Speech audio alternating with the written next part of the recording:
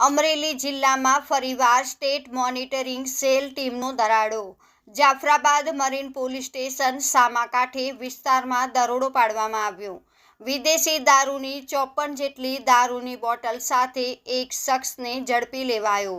રૂપિયા 8,980નો મુદ્દામાલ કબજે કરી પ્રોહિબિશન એક્ટ મુજબ ગુનો નોંધાયો। સ્ટેટ મોનિટરિંગ સેલની રેડ પડતા જ સ્થાનિક જાફરાબાદની મરીન પોલીસ ઊંઘતી ઝડપાઈ। Bureau report Babubhai Vadher, Jafrabad, Amreli.